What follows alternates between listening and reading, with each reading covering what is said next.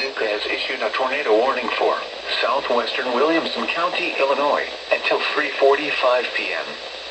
At 3:11 p.m., a severe thunderstorm capable of producing a tornado was located near Cedar Lake area, or near Carbondale, moving northeast at 30 miles per hour. Expected hazards include tornado.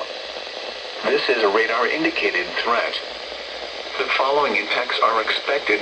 Flying debris will be dangerous to those caught without shelter. Mobile homes will be damaged or destroyed. Damage to roofs, windows, and vehicles will occur. Tree damage is likely. This dangerous storm will be near southern Carterville and Cranedale around 3:15 p.m. Take cover now.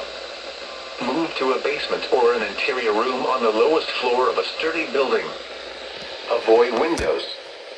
If you are outdoors, in a mobile home, or in a vehicle, move to the closest substantial shelter and protect yourself from flying debris. Repeating, a tornado warning has been issued until 3:45 p.m. for the following county: Williamson, Illinois.